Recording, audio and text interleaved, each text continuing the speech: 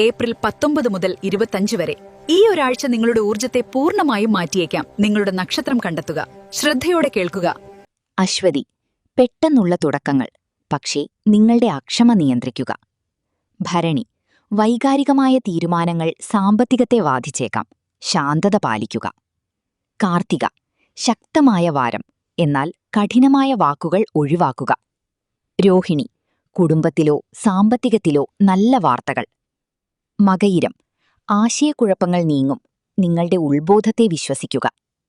തിരുവാതിര, വൈകാരികമായ വേലിയേറ്റങ്ങൾ, പെട്ടെന്ന് പ്രതികരിക്കാതിരിക്കുക. പുണർദം, കാര്യങ്ങൾ പതുക്കെ പഴയപടിയാകും. പൂയം, മുതിർന്നവരുടെ അനുഗ്രഹം, സ്ഥിരതയുള്ള വളർച്ച. ആയില്യം, മറഞ്ഞിരിക്കുന്ന സത്യങ്ങൾ പുറത്തു വന്നേക്കാം. മകം, ബഹുമാനവും അംഗീകാരവും ലഭിക്കാൻ സാധ്യത. പൂരം, ആസ്വദിക്കുക, എന്നാൽ അമിത ചെലവൊഴിവാക്കുക. ഉത്രം, തൊഴിൽ മേഖലയിൽ ശക്തമായ പിന്തുണ. അത്തം, നിങ്ങളുടെ ആശയവിനിമയം വിജയം നൽകും. ചിത്ര, സർഗാത്മക ഊർജം ഉന്നതിയിൽ. ചോതി, മാറ്റങ്ങൾ, യാത്രകൾ, പുതിയ ആശയങ്ങൾ.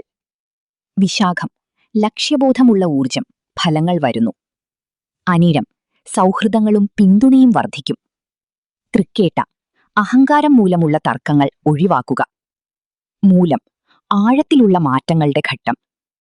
പൂരാടം, ആത്മവിശ്വാസം വർദ്ധിക്കും, പക്ഷേ വിനയം കൈവിടരുത്. ഉത്രാടം, നേതൃത്വപരമായ അവസരങ്ങൾ. തിരുവോണം, കൂടുതൽ കേൾക്കുക, വിവേകത്തോടെ പ്രവർത്തിക്കുക. അവിട്ടം, സാമ്പത്തിക പുരോഗതിക്ക് സാധ്യത.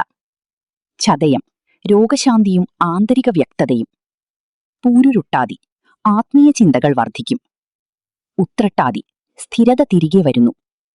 രേവതി, സമാധാനപരമായ അവസാനങ്ങളും പുതിയ തുടക്കങ്ങളും.